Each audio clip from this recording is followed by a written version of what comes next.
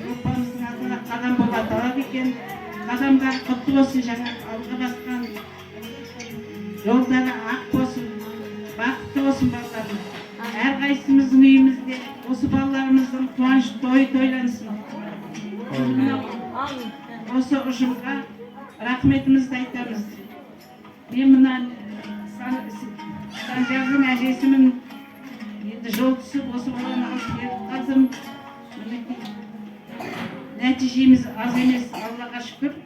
Өте жақсы.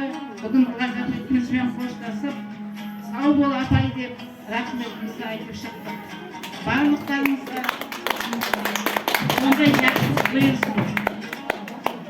Енді не деуге болады?